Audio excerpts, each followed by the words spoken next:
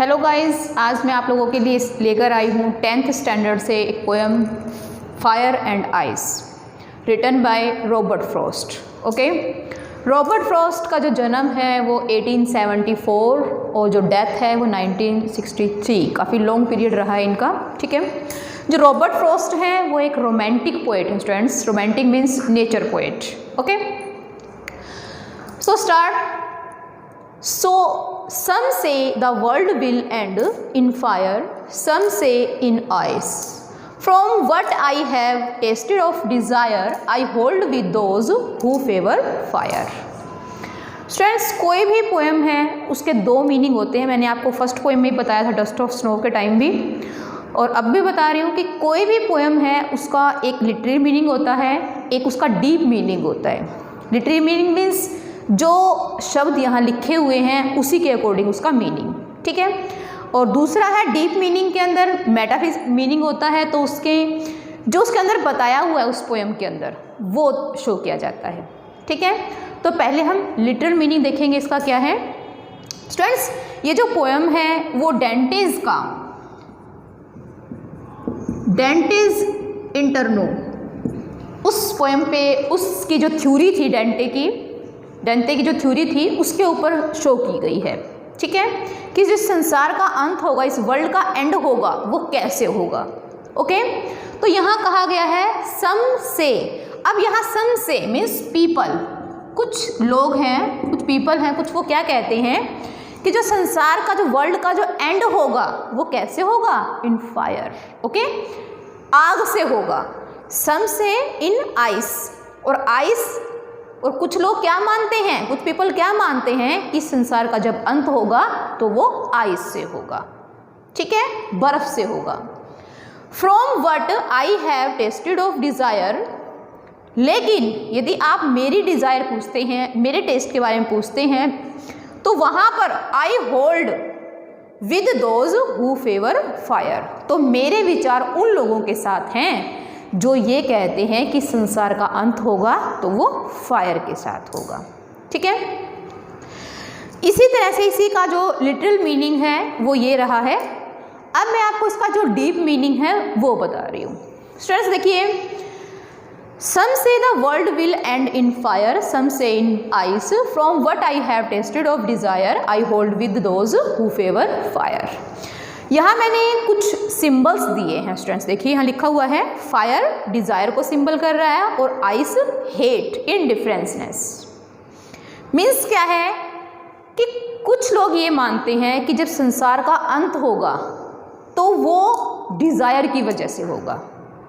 Desire क्या कि लोगों की जो इच्छाएं हैं वो ख़त्म नहीं होती हैं, दिन प्रतिदिन वो बढ़ती चली जाती हैं, और उन इच्छाओं की वजह से इस संसार का अंत हो जाएगा।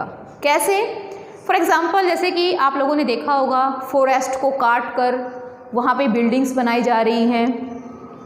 बहुत सारी जो खाली एरियाज़ था उसके ऊपर मकान बन चुके हैं, घर बन चुके हैं, फैक्ट्रीज बन चुकी हैं। तो क्या है, जो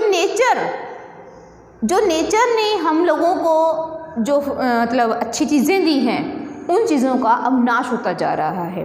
तो कुछ लोग ये मानते हैं इसी तरह से लोग अपनी डिज़ायर्स को ख़त्म नहीं कर पाए, इस तरह से डिज़ायर बढ़ती चली गई, तो उससे क्या होगा, इस संसार का अंत हो जाएगा।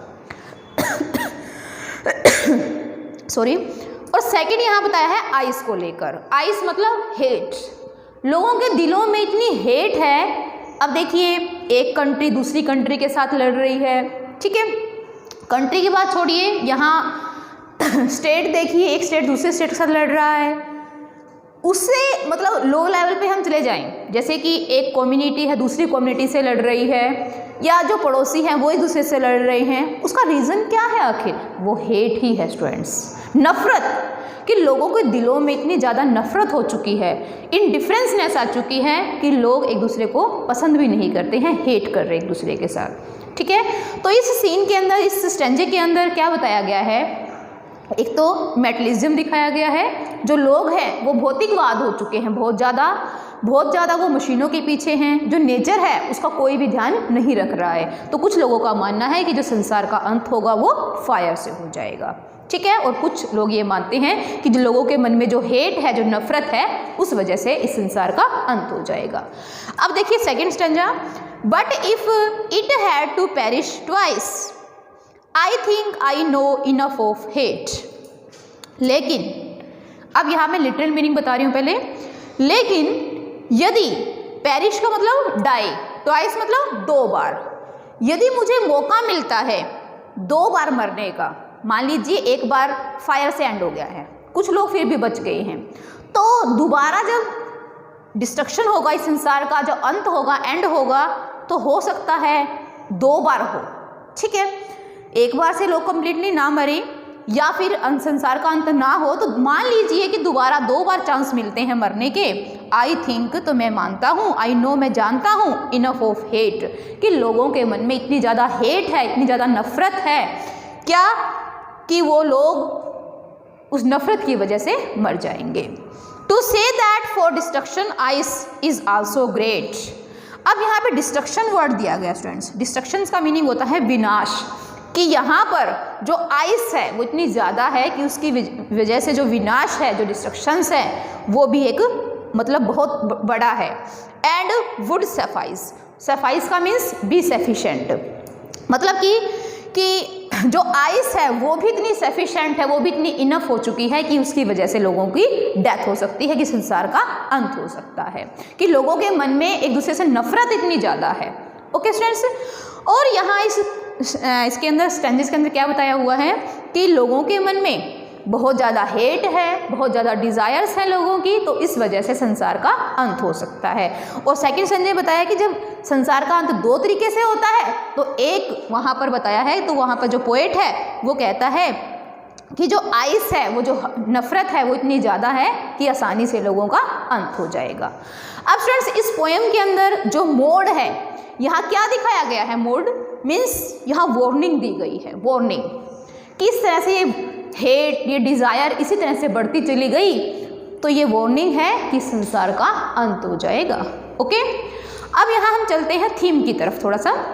तो थीम में क्या दिखाया गया स्टूडेंट्स, देखो जो पॉइंट्स आप नोट करोगे, we should not let our desire control us, जो हमारे डिज़ायर्स हैं उसके ऊपर हमारा कंट्रोल होना चाहिए। Okay, we should not let our emotions.